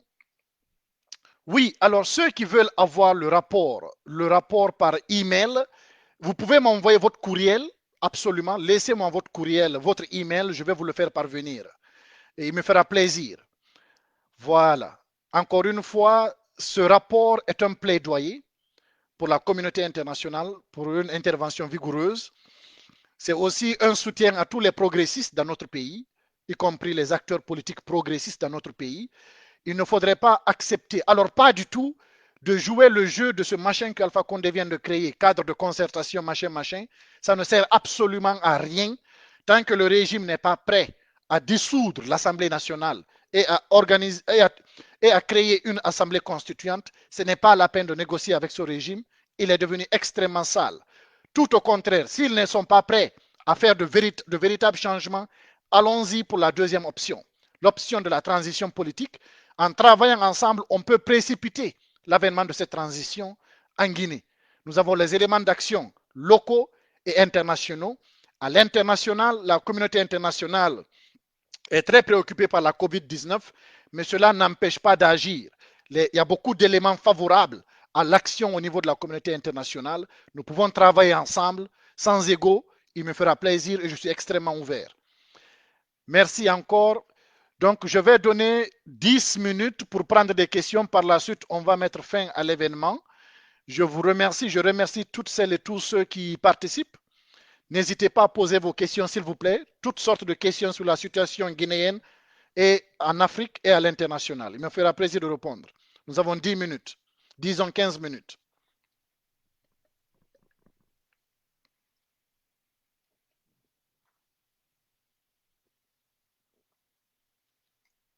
Merci. Je vois les emails que vous partagez.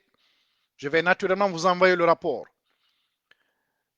Je vais vous envoyer le rapport après la présentation, à la fin de la présentation. Merci beaucoup. Merci à toutes et à tous. Merci de vous être joints à cet événement important. C'est un travail de longue haleine, 3 mois d'enquête, d'investigation et d'analyse. Et nous avons l'intention de ne pas baisser les bras. Monsieur Alpha Condé a pris le temps au cours des 10 dernières années d'imposer un régime ethnocentrique voyou en Guinée. Naturellement, les progressistes, des progressistes sincères existent encore en Guinée et nous allons nous battre. Nous avons le droit international de notre côté, nous croyons au système international et nous obtiendrons des résultats pour protéger le peuple de Guinée et se débarrasser de ce régime ethnocentrique qui est devenu extrêmement sale. Merci, merci, merci beaucoup à toutes celles et tous ceux qui ont pris part à cet événement. Je suis prêt à prendre vos questions.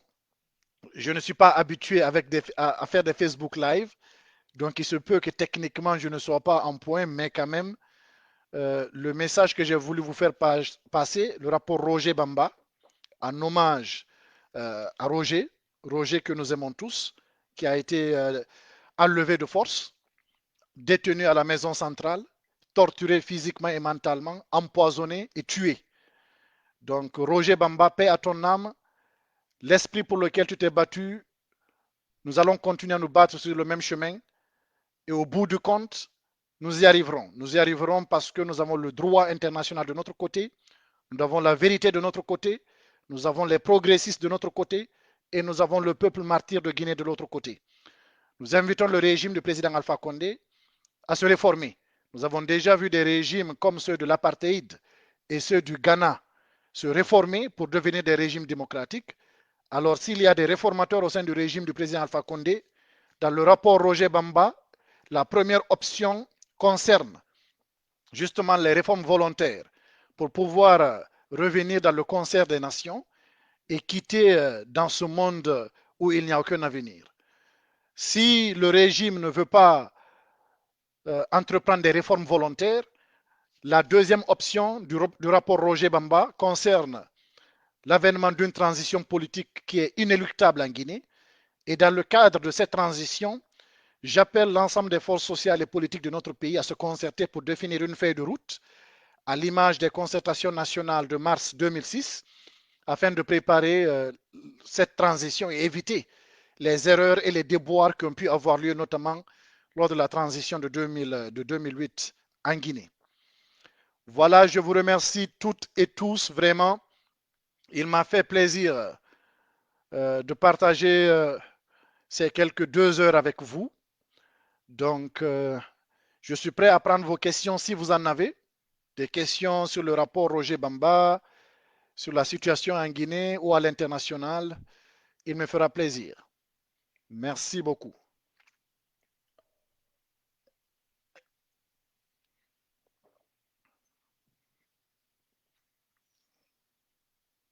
Merci à toutes et à tous. Dans quelques heures, le rapport sera publié sur le site web de mon site web personnel, guinéepluriel.com. Vous pouvez y accéder. Je vais aussi le partager dans tous mes espaces. Facebook, LinkedIn, Instagram, Twitter. Je vais partager dans tous mes espaces afin que vous puissiez accéder et lire ce rapport. C'est un rapport qui est facile à lire, qui contient des références vraies et qui apporte des éléments nouveaux. Donc c'est important de pouvoir accéder à ce rapport. Naturellement, en tant que président de la Ligue des démocrates réformistes de Guinée, je vais entreprendre des actions à partir de ce soir pour faire parvenir ce rapport à l'ensemble de la communauté internationale, faire le suivi et coordonner des actions ensemble afin d'obtenir des résultats. Nous devons absolument lutter contre l'impunité en Guinée et nous pouvons obtenir cela. Donc, nous pouvons aussi lutter pour changer ce régime, le faire migrer vers un régime, vers une démocratie libérale, compatible avec la diversité ethnique de notre pays. Et tout est bien détaillé dans ce rapport. Donc, je vous invite à vous le procurer. Il est gratuit et il sera disponible en ligne. Alors, je vois une question de Sank Diallo. L'impunité est un élément encourageant et encouragé en Guinée. Comment s'y défaire? Sans cela, il n'y aura pas de démocratie. Monsieur Sank Diallo, merci pour cette question. Effectivement, le rapport Roger Bamba, il arrive à cette conclusion, c'est-à-dire que pour pouvoir en quelque sorte ramener la Guinée dans le concert des pays civilisés, il faut lutter contre l'impunité. Lutter contre l'impunité, c'est à 2 niveaux. Il y a le niveau national, donc il y a des crimes qui sont commis au niveau national. Personne ne va lutter contre ces crimes si ce n'est pas nous-mêmes, le gouvernement guinéen, l'État guinéen. Mais il y a des crimes qui sont commis en Guinée qui sont aussi de la compétence du droit international, de la communauté internationale. Donc, vu qu'en Guinée, nous avons un régime qui n'est pas capable, qui légalement soutient la violence et qui n'est pas capable de rendre justice, nous allons faire en sorte que les crimes qui sont de la compétence de la communauté internationale soient jugés. Si ces crimes sont jugés, ça va avoir des cascades de conséquences sur le système national. Donc, on va au fur et à mesure avoir un état de droit qui est capable de juger des crimes qui sont commis dans notre pays. Nous n'allons pas laisser faire. Notre génération n'a aucune autre mission si ce n'est de doter notre pays d'un système démocratique apaisé et qui est compatible avec la diversité ethnique de notre pays et naturellement qui est à la fois aussi un état de droit. Donc oui, c'est une lutte qui est loin d'être terminée. Et naturellement, ce n'est pas Alpha Condé et son régime qui auront le dernier mot dans cette lutte-là. Vous pouvez nous faire confiance. Merci pour votre question, M. Sank Diallo. Est-ce qu'il y a d'autres questions? Je vois tous les emails que vous m'avez envoyés. Naturellement, je vais vous envoyer le rapport. Vous allez simplement me donner un délai de quelques heures avant que je vous envoie le rapport, mais vous allez quand même le recevoir. Voilà. Donc, OK. Je vois une question de M. Ibrahima Mansari. Je vais lire la question à haute voix. Vous avez disposé de quels moyens pour faire ces enquêtes? Qu'est-ce qui vous prouve qu'elles sont vraies? Merci beaucoup, M. Sangaré, pour ces questions importantes. Donc, encore une fois, le rapport Roger Bamba s'appuie. Donc, il s'appuie sur des documents, des témoignages et des rapports qui ont été recueillis par des organismes aussi importants que Human Rights Watch, Amnesty International. Il y a des témoignages directs que nous avons obtenus. Vous allez voir dans le rapport des extraits de ces témoignages directs que nous avons obtenus avec des victimes du régime. Il y a aussi des rapports qui ont été faits par des organismes comme le Conseil supérieur de la diaspora forestière, qui a publié un rapport. Et puis, il y a aussi des rapports sur les ONG locales en Guinée. Donc, c'est un ensemble de références que nous avons utilisées pour produire le rapport Roger Bamba. Et comme je vous le dis, tout ce qui est contenu dans le document, vous avez une référence. Donc, vous pouvez aller cliquer sur la référence, voir d'où ça vient, de quoi il s'agit. Nous avons beaucoup utilisé aussi quelques extraits qui proviennent des sites d'information guinéens. Donc, les journalistes guinéens sont à l'œuvre dans ce rapport. C'est un rapport complet et très solide. Voilà un peu la méthode que nous avons utilisée. Mais naturellement, nous avons pris 3 mois pour valider les informations, pour s'assurer qu'on ne met à l'intérieur que des informations crédibles et vérifiables. Parce que ce rapport, figurez-vous qu'il ira très loin. On veut se rassurer que partout où il ira, au niveau du Conseil de sécurité de l'ONU, la Cour pénale internationale, l'Union européenne, les États-Unis, le Canada, la France, l'Union africaine, nos canaux officieux de communication avec nos partenaires, il faudrait que ce rapport soit exploitable.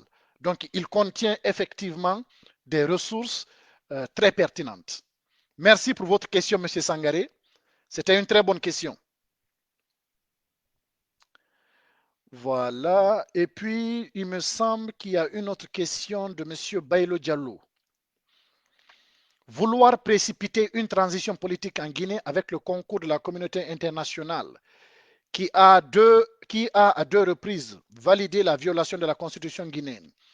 Pensez-vous pas que la population guinéenne en a ras-le-bol des promesses de la communauté internationale depuis 2008? Alors oui, M. Diallo, effectivement, M. Bailo Diallo, c'est une bonne question. Il est vrai que la communauté internationale, on peut juger qu'elle n'a pas fait assez, mais je vous rappelle quand même que avant que la pandémie de la COVID-19 ne soit à nos portes, la communauté internationale, y compris l'Union africaine, la CEDEAO et l'Organisation internationale de la francophonie, tous avaient fait bloc contre Alpha Condé. Donc, c'est la pandémie de la COVID-19 qui a fait que ce blocus soit relâché et que chacun s'occupe de ses propres affaires. Donc, nous allons faire en sorte de reproduire ce blocus qui a existé avant la pandémie et nous pouvons le faire avec le rapport Roger Bamba. Parce que ce rapport, comme je vous dis, non seulement il expose les populations guinéennes à un risque génocidaire, mais de plus, il menace la paix et la stabilité. Sérieusement, la paix et la stabilité dans cette région de l'Afrique de l'Ouest.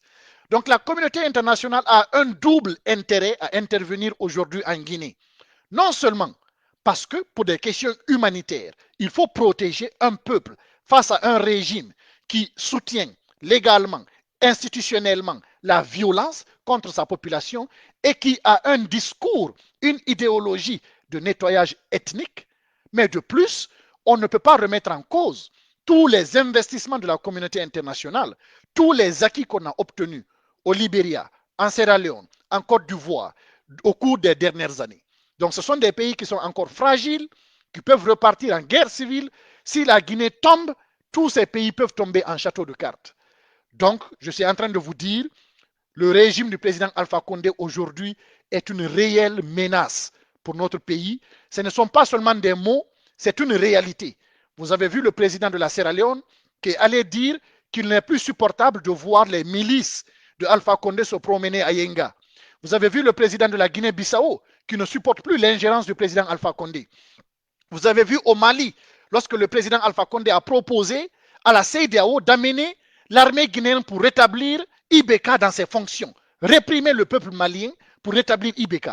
Donc nous avons un monsieur avec une idéologie des années 1910, à l'époque de la Première Guerre mondiale, à l'époque où on utilisait les armes chimiques. Il est prêt à déstabiliser la région. Donc, effectivement, s'il y a une coalition de société civile, dans le rapport, j'en parle, il faut que les acteurs politiques guinéens nous fassent confiance. Nous ne sommes pas en train de partir pour des fonctions électives en Guinée. Il faut qu'on travaille ensemble. S'ils nous font confiance, si la société civile guinéenne, les progressistes se mettent ensemble, on peut aller recréer ce blocus et faire changer le cours de l'histoire en Guinée. Voilà un peu la réponse à vos questions, Monsieur Bailo Diallo. Merci beaucoup. Merci beaucoup. Donc, voilà. Monsieur Camara, KB Camara. Monsieur Camara demande, ce rapport va servir à quoi? Ben oui, premièrement, il sert à éclairer. C'est important. Hein? Si je vous demande, préférez-vous rester dans l'obscurité ou dans la lumière? Vous allez certainement me dire dans la lumière, parce que vous pouvez voir. Donc, premièrement, ce rapport vous éclaire. Il vous montre des choses, une image de ce que représente aujourd'hui ce régime, comme il n'a jamais été prouvé. Donc, c'est ça la première chose. Il vous éclaire. La deuxième chose, c'est un rapport qui qualifie le régime actuel au regard du droit international. Ça n'avait jamais été fait encore. Au regard du droit international, plus de 10 conventions internationales sont violées chaque jour par ce régime. Ça, c'est la deuxième chose. Troisièmement, il permet de mettre sur la table des solutions de sortie de crise. Deux solutions. Une solution où le régime actuel accepte de faire des réformes, une autre où il est contraint par une transition. Pour chacune de ces propositions, je fais des recommandations. Des recommandations aux acteurs politiques guinéens, à la société civile guinéenne, au régime guinéen, mais aussi des recommandations à l'international. Donc ce rapport, au final, avec le travail que nous allons faire, que je m'engage à faire, c'est justement de faire en sorte qu'il y ait des actions au niveau national comme au niveau international. Il est possible d'avoir des actions, nous allons avoir des actions. Alpha Condé et son régime n'auront jamais le dernier mot en Guinée. Il faudrait que ce soit clair. C'est un régime ethnocentrique voyou, un régime sale, comme il n'en existe plus dans le continent africain. Il faut qu'on s'en débarrasse. Voilà un peu, Monsieur Camara, à quoi on va servir ce rapport.